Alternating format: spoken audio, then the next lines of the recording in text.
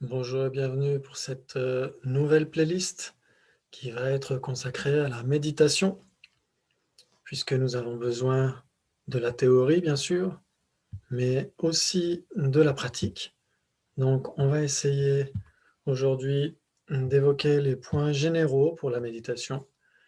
On va essayer de voir ce que ça veut dire, à quoi ça sert, progressivement au fil des épisodes, avec différents points qui seront médités. Donc la méditation, qu'est-ce que c'est exactement? Donc c'est un art, c'est une technique, une science contemplative, on peut dire. En sanskrit, on dit bhavana, ça veut dire cultiver l'esprit, familiariser l'esprit. En tibétain, on dit gom, ça veut dire aussi habituer, familiariser l'esprit avec des notions favorables, salutaires. Donc on essaye d'entraîner notre esprit, principalement à la focalisation, la concentration ou l'absorption en un point, et à l'analyse. En fait, il y a aussi besoin d'examiner, de remettre en question, d'essayer de trouver un nouveau regard sur notre propre réalité, sur la réalité des phénomènes. Et donc, c'est pourquoi il est nécessaire d'alterner entre l'analyse et la concentration pour essayer de digérer un regard nouveau qu'on a obtenu par rapport à notre réalité. Et donc si on n'avait que la focalisation en un point, c'est ce qu'on appellerait la pleine conscience ou la mindfulness, qui est assez connue maintenant. Mais sur le long terme, ça ne suffit pas. Ça permet bien sûr de mettre l'esprit un peu en vacances, on se met un petit peu au vert, on essaye de placer notre esprit, notre attention, notre faculté naturelle d'attention sur un support quel qu'il soit. Ça peut être un support sensoriel, mais la plupart du temps, dans la science contemplative bouddhiste, c'est plutôt sur une représentation mentale. Parce qu'il est très important de voir que c'est la conscience mentale qui doit méditer. Bien sûr que les consciences sensorielles sont utiles, elles nous permettent euh, d'observer un support, une forme, une couleur, etc. Et ensuite, on utilise le souvenir de ce support pour méditer sur la représentation conceptuelle. Et comme ça, on est sûr que c'est la conscience mentale qui va méditer, c'est la conscience mentale qui va se développer l'altruisme, développer la sagesse. Ce ne sont pas les consciences sensorielles. Donc on a cette focalisation en un point qui mènera, quand on aura obtenu les différents degrés de focalisation, à ce qu'on appelle shamatha, le calme mental. Et donc, ces différents stades seront décrits progressivement dans cette playlist. Mais là, c'est simplement une première approche. Et grâce à la méditation analytique, on pourra obtenir, sur la base de shamatha, on pourra obtenir vipassana, la vision spéciale ou la vision supérieure, comme vous voulez. Il y a plusieurs traductions possibles. Et donc, une fois qu'on aura obtenu cette vision supérieure sur notre propre réalité, etc., on aura l'association des deux. On aura l'association de shamatha et de vipassana. Et donc, c'est grâce à ça qu'on pourra obtenir progressivement des perceptions yogiques directes de la réalité des choses, de l'impermanence subtile, de la vacuité, etc. Toutes ces notions qui, à l'état ordinaire, échappent à notre perception. Et donc, on a besoin de la stabilité. C'est pourquoi on a la focalisation en un point, parce que si on veut observer quelque chose qui échappe à nos sens, si on veut observer notre réalité, qui pour l'instant est voilée par notre ignorance, c'est comme si on voulait voir une fresque qui est dans la pénombre. Donc on a besoin d'une lumière qui soit suffisamment stable, pas trop fluctuante. Et donc la stabilité, ça va plutôt se trouver du côté de la focalisation en un point. Et on a besoin aussi d'une clarté. Si la lumière est trop faible, même si elle est très stable, ça ne suffit pas. On a besoin d'une très grande clarté pour voir cette réalité des choses. Et donc on a, grâce à l'association de la stabilité et de la clarté, on peut avoir une pleine attention du support en question et employer la vigilance. La vigilance, c'est observer de temps en temps comment fonctionne notre esprit. Est-ce qu'il est suffisamment posé sur son support? Est-ce qu'on est en train d'analyser le sujet en question et pas des sujets annexes, plus ou moins directs? Et donc on a besoin de ces deux, de l'attention et de la vigilance pour n'importe quel type de méditation. Donc si vous voulez, on peut essayer de mettre tout ça en pratique dès maintenant. Donc vous pouvez imiter la posture du moine ici, avec le dos bien droit, les jambes croisées si vous pouvez. Vous pouvez simplement être assis sur une chaise ou sur un fauteuil. Il faut que ce soit suffisamment ferme pour ne pas s'avachir. Les mains peuvent être posées à plat, comme ça, sur les genoux. Il y a aussi une autre posture méditative avec la main droite qui est posée sur la main gauche, mais ça, on le verra plus tard. Donc cette posture ici, c'est ce qu'on appelle la posture de l'esprit à l'aise. Donc avec la tête légèrement penchée vers l'avant, les yeux peuvent être mi-clos. On ne regarde rien de spécial. On a le regard à 45 degrés, perdu dans l'espace entre les objets visuels et nous-mêmes. Le souffle va et vient de manière naturelle. En fait, il ne faut rien forcer, il faut être suffisamment confortable. Vous pouvez avoir un coussin pour surélever un petit peu votre arrière-train. Ça permet de conserver une certaine droiture de la colonne vertébrale avec une flexibilité en respectant la cambrure naturelle de votre dos. Donc ça, c'est pour le corps. Donc il faut être confortable avec le dos le plus droit possible, c'est ça qui compte, sans crispation, avec beaucoup de souplesse. Et on va essayer bien sûr de méditer avec notre esprit, c'est notre esprit qui va méditer. Donc on va essayer pendant quelques instants de cultiver la motivation, c'est très important. C'est ce qui va colorer toute la session de méditation. Donc quels que soient les buts pour lesquels vous souhaitez méditer, très important de les passer en revue. Bien sûr, dans la tradition bouddhiste, c'est pour obtenir les différents types de bonheur stables et définitifs, que sont les renaissances supérieures, la libération définitive de la souffrance et l'éveil omniscient pour le bien de tous les êtres. Donc, ce sont des buts à long terme, mais vous pouvez bien sûr, si vous n'êtes pas bouddhiste, vous pouvez prendre des, euh, des échéances à plus ou moins court terme, vous dire qu'il est nécessaire de prendre soin de son esprit au moins autant que de son corps, d'essayer d'observer notre atmosphère intérieure, d'en prendre soin, de cultiver des états d'esprit délibérément, des états d'esprit qui nous font du bien à nous et aux autres.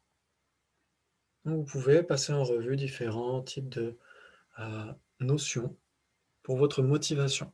Donc bien sûr, plus vous allez englober un nombre vaste d'êtres, plus votre motivation va être immense et plus votre méditation va avoir une certaine intensité. Donc il est très important de faire cela. Donc si vous voulez, pendant quelques instants, on peut commencer par méditer sur la motivation. Pourquoi est-ce qu'on souhaite méditer?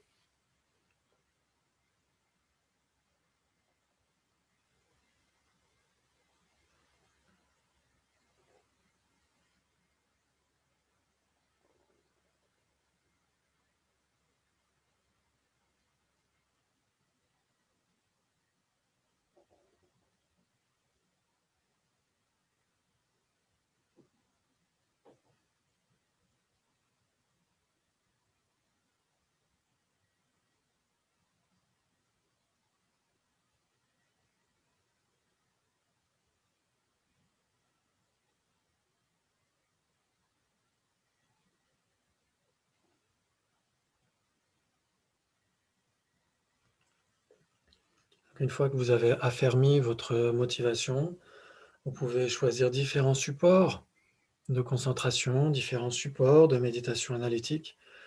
En général, dans la voie bouddhiste, la voie vers l'éveil, toutes les étapes progressives destinées aux différents types d'individus.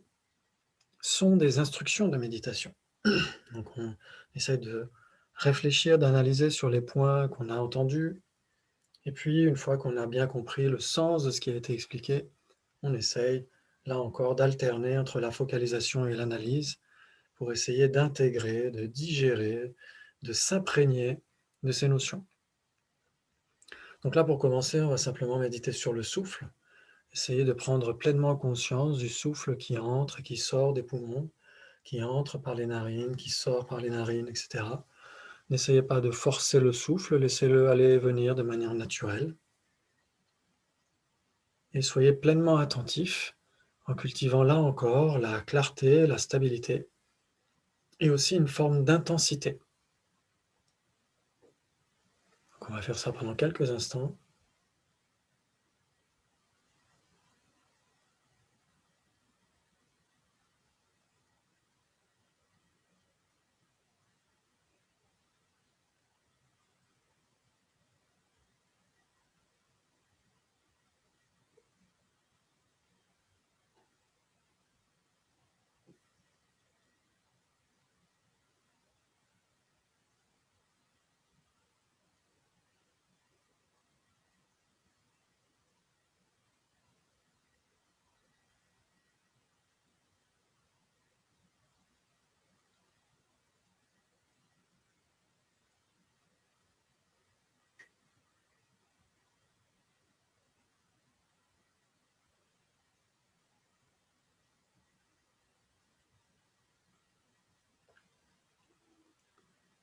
Donc essayez d'observer de temps en temps, grâce à la vigilance, il y a un coin de votre esprit qui observe comment se passe la méditation.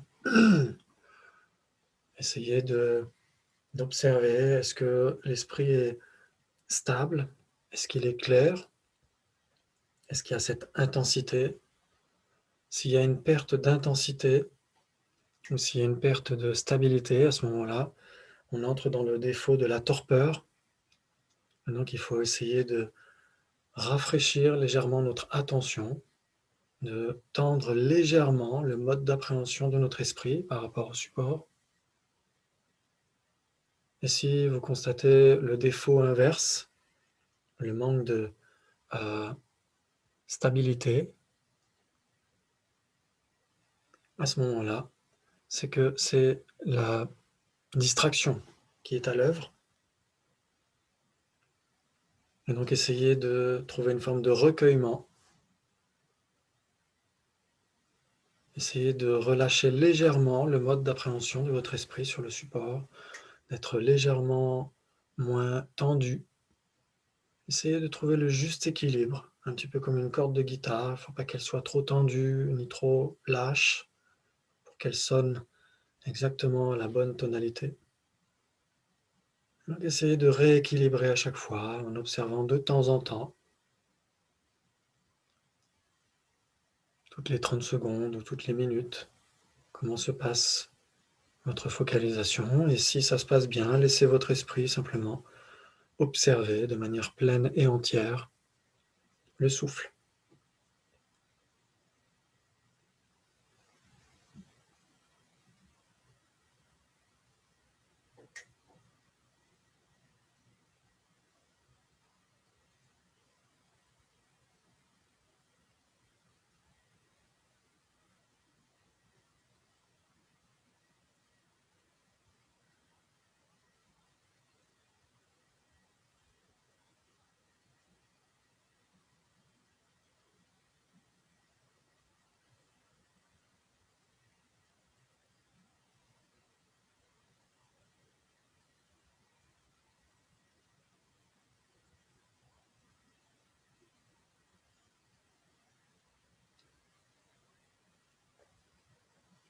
Il est très important pour commencer de faire des brèves sessions répétées pour éviter de lasser l'esprit, pour éviter d'être trop crispé sur la méditation,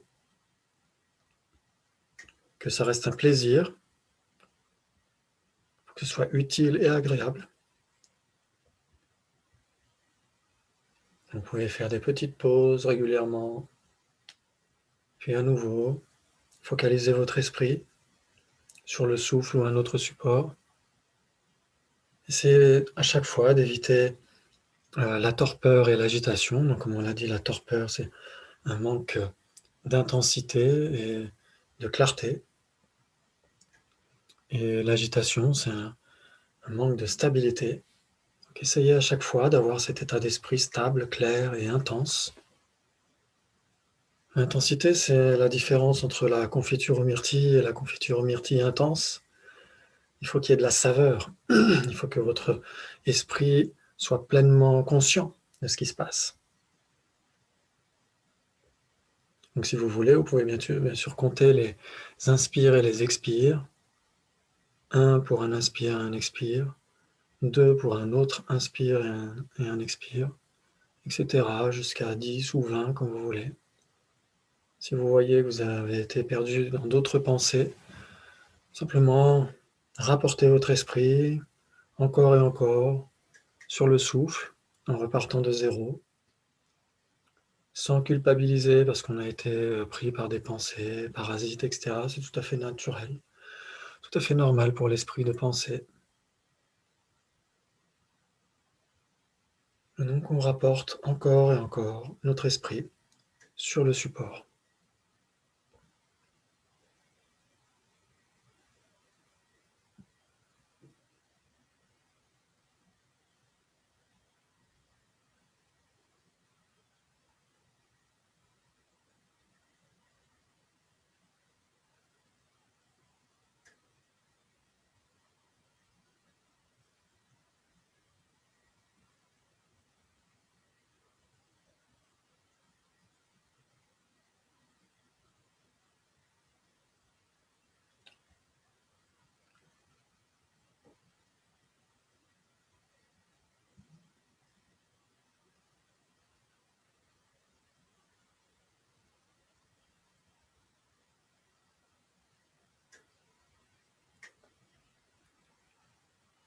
Si le fait de compter les inspires et les expires engendre une forme de distraction, à ce moment-là, vous pouvez laisser tomber, simplement revenez sur le souffle, sans compter. Vous pouvez visualiser si vous voulez, si ça vous aide.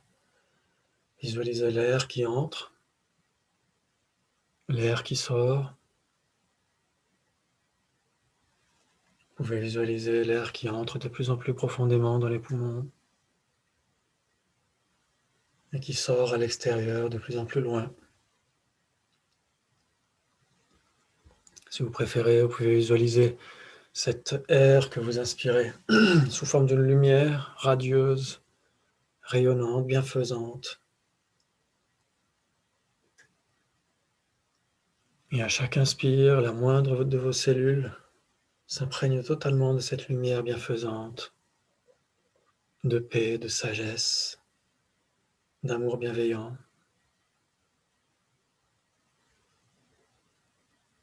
Votre esprit est totalement empli de ces qualités.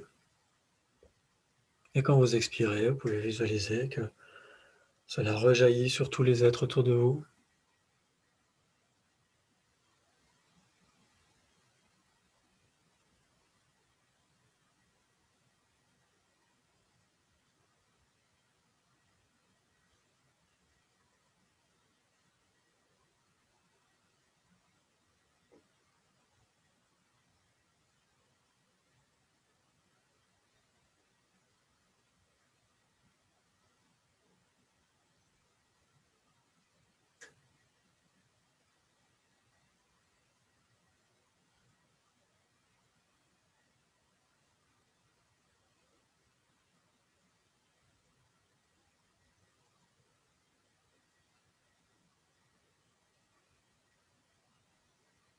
Pour commencer, n'essayez pas de faire trop, essayez de visualiser simplement ce que vous pouvez visualiser, sans surajouter de choses, pour éviter les tensions éventuelles.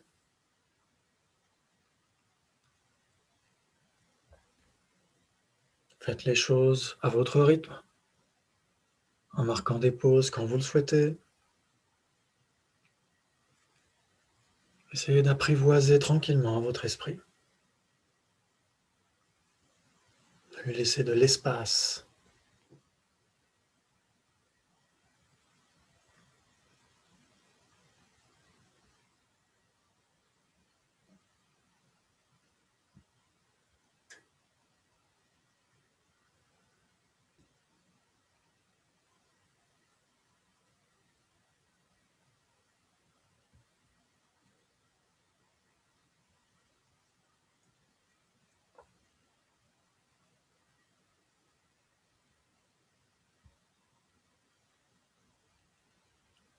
Si vous visualisez ou si vous méditez sur le souffle, vous pouvez aussi euh, stopper toute fabrication quand vous le souhaitez, simplement profiter de cette atmosphère de grande paix naturelle qui règne dans votre esprit. Essayez de voir que c'est la véritable nature de votre esprit.